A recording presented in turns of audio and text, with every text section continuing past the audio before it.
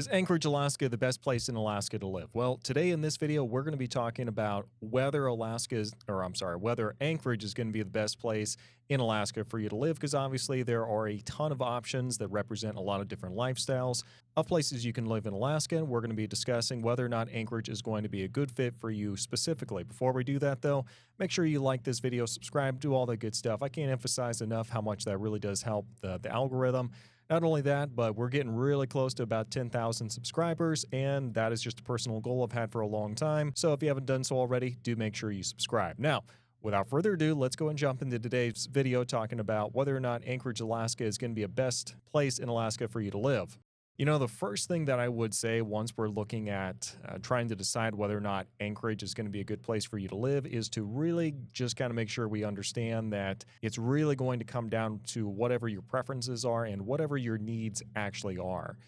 For instance, if you're looking for something that is just really off the grid, you know, Anchorage may or may not be the best place for you. If you're looking for something that has all the amenities and conveniences we're going to be going into here, then, you know, this might just be your cup of tea. So the number one thing you need to look at when you're trying to decide whether or not Anchorage is going to be a good fit for you is what kind of job opportunities are you looking for? So if the job opportunities it is that you're looking for can really only be found in Anchorage, then, you know, that's probably going to be one of the biggest dictators as to whether or not it's going to be a good place for you to live. The fact of the matter is that most of the jobs in South Central Alaska and really kind of Alaska in general are more or less going to be centered around Anchorage, just because that's where most of the people do live. And with that being the case, I mean, employment and all that, that is going to be the number one important thing to you. Like if you're just getting started, then, you know, Anchorage is definitely going to be a good place for you. Another sign that Anchorage is going to be a great place for you to live is whether or not conveniences are going to be really important to you. For instance, if being able to just pop into the grocery store and grab a couple things is really important to you, Anchorage is going to be your best ticket to actually make that happen here in Alaska. You can get that to a certain degree in other communities, but it is definitely going to be more true in Anchorage than most other places. For instance, I mean, Anchorage really is where most people come to shop, even if you are living in the bush. And in these really remote off-grid places, the chances are pretty good you're going to show up to Anchorage to kind of do your shopping and to get at least one big yearly haul or a couple times a year to get that stuff done over at Costco. So you're going to have more options, and there's no sales tax here. And so for that reason, you're probably going to spend a fair amount of time shopping in Anchorage, even if you don't live here. Another thing that's really important when you're thinking about whether or not you should move to Alaska is how important is the convenience of the airport going to be for you. In other words, if you're popping into Alaska, you're only going to be in town for let's say 24 hours or something like that. You probably don't want to go somewhere that's super remote. It's going to take 2-3 hours to get there. And so for that reason, for a lot of people, if they're just getting to Alaska and they're spending only a little bit of time here each visit that they're here, you know, it really does make sense to just get some small condo or something like that. But if you're okay with driving a little further out and, you know, it doesn't really matter because you don't fly very much, then, you know, probably not a big deal. If you do fly a lot, though, it could potentially become tiresome making that drive to the Ted Stevens International Airport. Now, another really big factor of moving to South Central Alaska, which is where Anchorage is it's centrally located, which means that you do have the ability to kind of go in a lot of different directions once you are here. So if being located in an area where you're more or less kind of halfway from most things here in the state, then, you know, Anchorage is going to be a pretty good location for you because you can pop down to the Kenai and in a couple hours you can drive further north to get up to Fairbanks. And you can obviously go to Valdez, all these other places, and it's pretty centrally located. But, you know, maybe you're really just kind of looking for something that's a little bit more off-grid, and, you know, that's perfectly fine. We got plenty of options for that.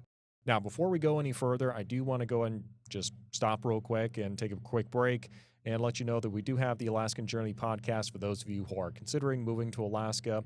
And this is going to be a great option for you if you are considering moving to Alaska and you're kind of tired about hearing me just kind of talk about it. And this is where I actually go and bring on other people who actually live up here so they can give you that perspective of what it's like living on the ground. And it's not just me talking. And usually these are going to be folks that have recently moved up here, and so they have the experience fresh in their mind of driving the Alcan or taking the ferry system and all this good stuff. So if that's something you're even considering, do make sure you go check the description section down below where I'll have a little link going straight to the podcast. And go ahead and subscribe and start binge listening to everything, because I think we just crossed over the threshold with 100 episodes. So do make sure you take advantage of that. Now, let's go and finish today's video. Now, the next thing I'm going to do in this video is I'm going to really explain to you the things that would make Anchorage not a good location for you. And these are going to be the issues that I'm going to bring up, and I will let you decide whether or not it's a game changer for you or not. So number one, there's a sizable homeless population in Anchorage, and you can Google and do all the research that you want to kind of take a look at it and see exactly how much of an issue it is, and let you decide if that's going to be a showstopper for you or not. But there is a homeless population in Anchorage, and that is something that you should be aware of. You can usually pull it up on the maps and get a good sense as to where exactly it is. So go ahead and take a look at that, and I'll let you decide if that's something that's a big deal to you or not. Another thing that's kind of, it's definitely a con, and that is the judicial system here in Anchorage. It's kind of congested. You know, there's a lot of cases that have just been in the system clunking around for years and years and years, and it's difficult to make things happen in a quick and timely manner. So if that's something where, you know, you're just kind of concerned living in an area where the judicial system can kind of take a long time to make things happen, then I will let you decide if that's going to be something that you should consider or not. On a different note, if you have a law degree and you're looking at somewhere to go, we'd love to see you up here in Alaska. Something else that is really just not a pro for Anchorage is going to be the high cost of housing, because we do have so many people trying to live in this space where it's limited space. You know, there's only so much building you can do in Anchorage due to the geographical limitations, to marshlands, or to just being on the side of a mountain.